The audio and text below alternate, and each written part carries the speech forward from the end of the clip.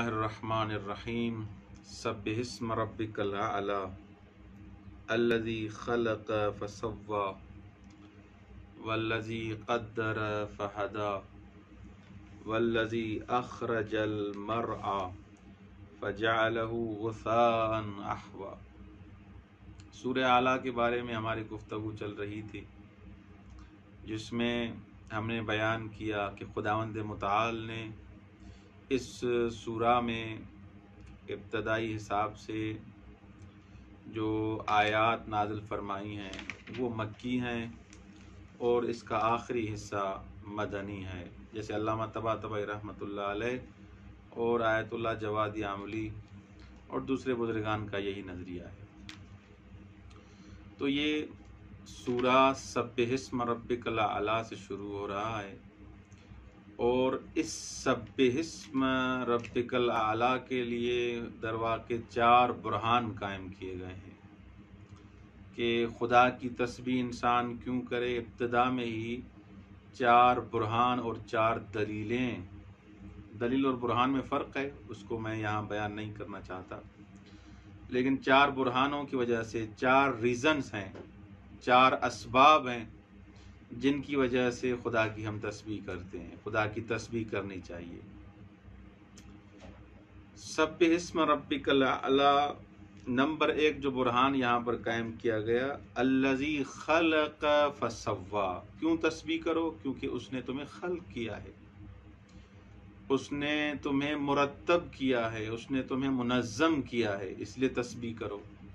Number 2 والذی قدر فہدی، اور خداوند متعال کی تسبیح اس لیے کرو کیونکہ خداوند متعال نے ہر وہ چیز جو تمہارے لیے ضروری تھی اس کو تمہارے لیے معین کر دیا ہے، وہ ساری چیزیں فراہم کر دی گئی ہیں۔ یہ زمین اور آسمان، یہ چرندے، یہ پرندے، یہ سارے تمہارے لیے خلق کیے گئے ہیں۔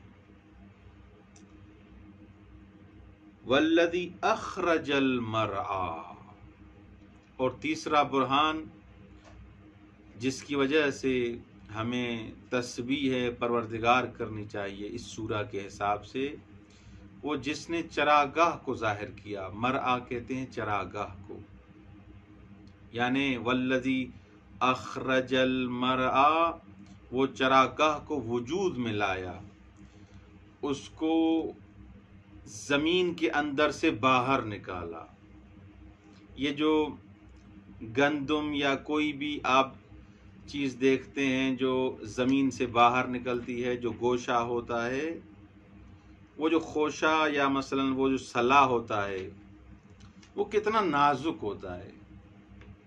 مثلا گندم کا جو سلا یا مثلا وہ جو درخت جو اوپر آ رہا ہے، آپ دیکھتے ہیں کہ وہ بالکل نازک ہوتا ہے۔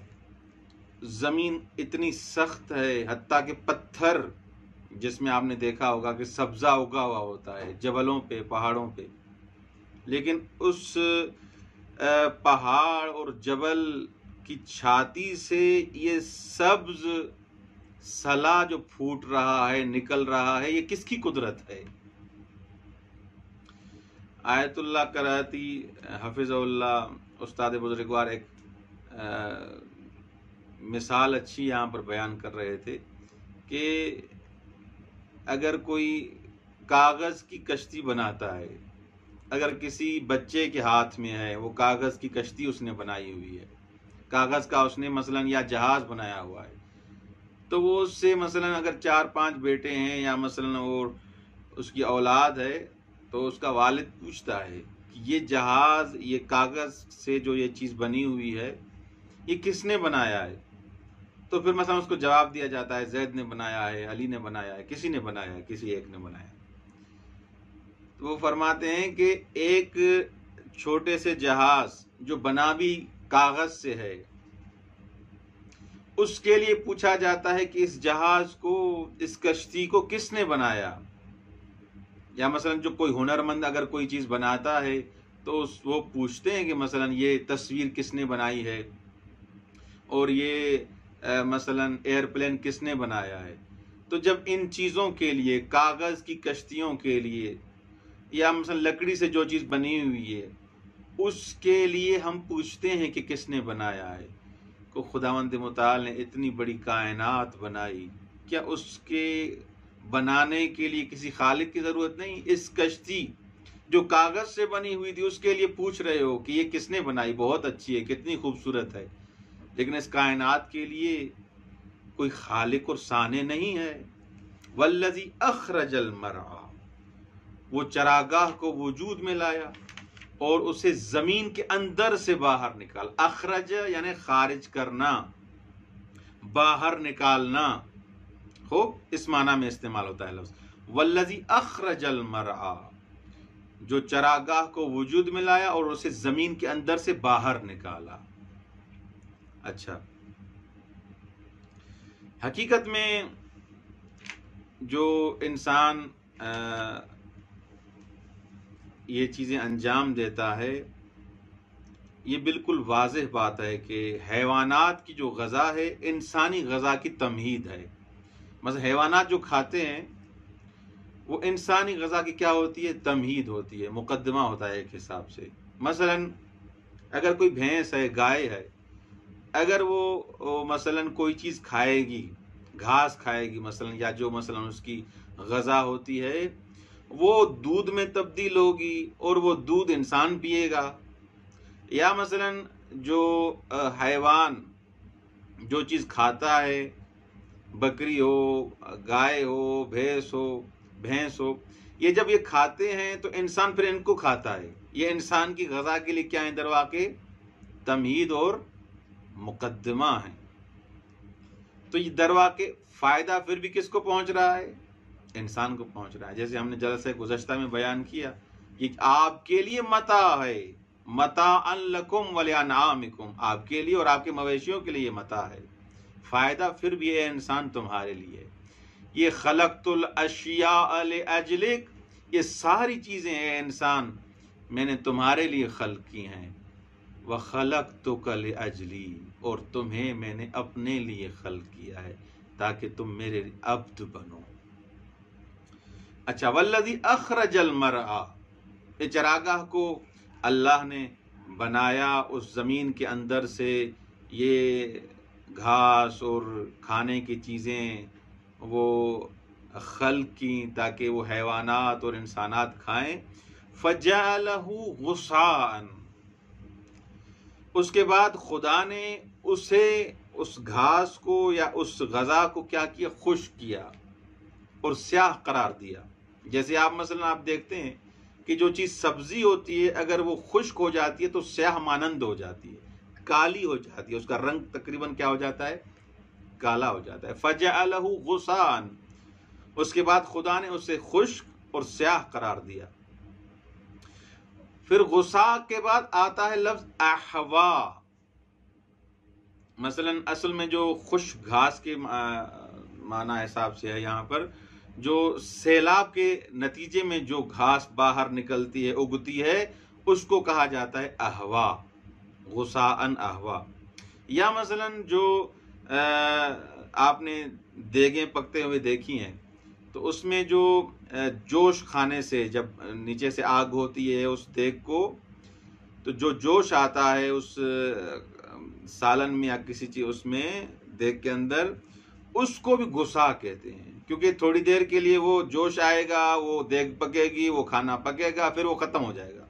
فجعلہ غثاء، ایک تو معنی یہ ہے کہ خشک گھاس، اور احوا کا مطلب ہے ایک خشک گھاس اور وہ جو جھاگ جو دیگ کے اندر جوش کھانے کے نتیجے میں ظاہر ہوتی ہے۔ اچھا، یہ کیا کہا جا رہا ہے؟ خشک گھاس، سبزی خشک بن گئی، یا وہ جھاگ جو دیگ میں آپ دیکھ رہے ہیں تھوڑی دیر کے لیے کیا ہو گئی؟ ختم ہو گئی، جھاگ نظر آئی لیکن ختم ہو گئی۔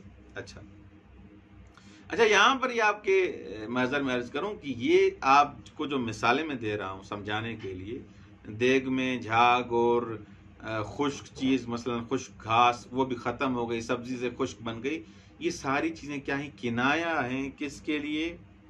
حقیقت میں کنایا ہے کہ یہ چیزیں سب کیا ہو جائیں گی؟ ضائع ہو جائیں گی۔ سبزی تھی مزیدار دیکھنے میں ایک تر و تازہ سبزی لیکن خشک بن گئی. اسی طرح وہ جھاگ بھی بلا کرے کچھ دیر کے لیے اس میں جولان آیا، جوش آیا، جوش مار مار کے بلا کرے جب سبزی پک گئی، وہ دیگ پک گئی تو پھر وہ جھاگ ختم. یہ کنایا کس چیز سے؟ کنایا ہے کہ یہ سب چیزیں کیا ہیں؟ ضائع ہونے والی ہیں. تو یہاں در واقع ایک پیغام بھی ہے. وہ پیغام یہ ہے کہ انسان کو خداوند متعال نے خلق کیا ہے. یہ انسان بچہ ہوتا ہے، پھر نوجوان، نوجوان سے جوان بنتا ہے، بالآخر یہ بوڑھا بنے گا، یہ بوڑھا ہوگا، اس کی عمر بڑھے گی. ایسے نہیں کہ انسان اگر 20 سال کا ہے تو ساری عمر 20 سال ہی کرے گا، نہیں. 15 سال، 20 سال، 25 سال، 40 سال، 60 سال اگر خدا نے اس کو عمر زیادہ دی تو 100 سال مثلا، تو ہمیشہ اس کی جوانی باقی نہیں رہے گی. اگر ابھی وہ تر و تازہ ہے تو فخر نہ کرو. یہ ذہن میں رکھو کہ تم فانی ہو جاؤ گے، فنا ہے تم میں بالآخر. ہمیشہ جوان تو نہیں رہو گے، ہمیشہ تم یہ جوانی تمہاری ہمیشہ تو باقی نہیں رہے گی، تم بالآخر فانی ہو جاؤ گے. اسی لیے یہ آیات اس چیز کی طرف بھی توجہ دلا رہی ہیں کہ ہر چیز جو تر و تازہ ہے وہ یہ تصور نہ کرے کہ ہمیشہ وہ تر و تازہ رہے گی. بالآخر اس کو فنا ہے، اس دنیا سے جانا ہے. ایسے اعمال کرو جن اعمال میں خداوند متعال راضی رہے.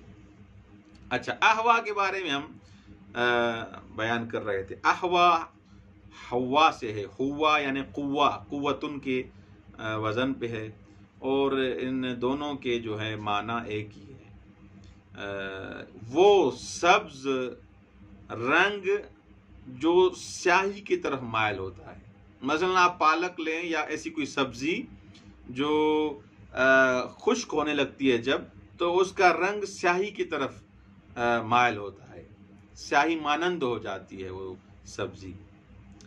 تو یہ در واقع تعبیر اس لیے ہے کہ خشک گھاس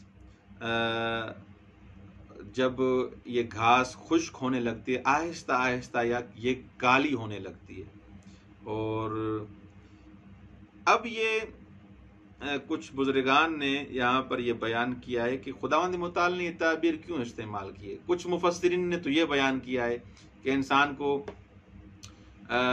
یہ بیان کرنے کے لیے، سمجھانے کے لیے، جیسے آغا قرائتی اور دوسرے بزرگان کی تفاسیر میں نے دیکھا، انہوں نے فرمایا ہے کہ یہ ایسے نہیں کہ یہ گھاس خشک بن گئی ابھی کسی کام کی نہیں، یہ ابھی یہ گھاس جو خشک بن گئی ہے یہ بھی آپ کے لیے فائدہ مند ہے، اس میں بھی کافی اسرار اور راز ہیں. تو خشک گھاس بھی، اسی میں بھی حکمت ہے. گھاس جو تر و تازہ تھی جو خشک ہو گئی اس میں بھی حکمت ہے. بہرحال 3 علتیں بیان کرتے ہیں جو یہ تعبیر استعمال کی گئی ہے. نمبر 1، جیسے میں نے بیان کیا، اب میں اپنے مطالب کو جمع کروں. یہ گھاس جو ہے کیفیت دنیا کو بیان کر رہی ہے. یہ در واقع انسانوں کے لیے عبرت ہے. یعنی وہ سبزہ جو فصل بہار میں تر و تازہ اور مسرت بخش تھا، چند دن گزرنے کے بعد کیا ہو گیا؟ خشک ہو کر سیاہ رنگ اس نے اختیار کر لیا، اس پر مردنی چھا گئی.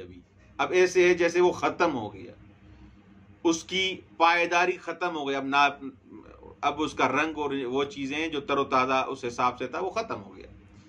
یہ در واقع انسان کے لیے اس میں کیا ہے؟ درس ہے کہ ہمیشہ تم تر و تازہ نہیں رہو گے. دوسرا نقطہ جس کی وجہ سے اس کو بیان کیا گیا وہ یہ ہے کہ خشک گھاس جب مثلا اوپر نیچے اگر اس کو رکھا جائے اور بوسیدہ ہو جائے تو ایک قسم کی یہ کھاد بن جاتی ہے.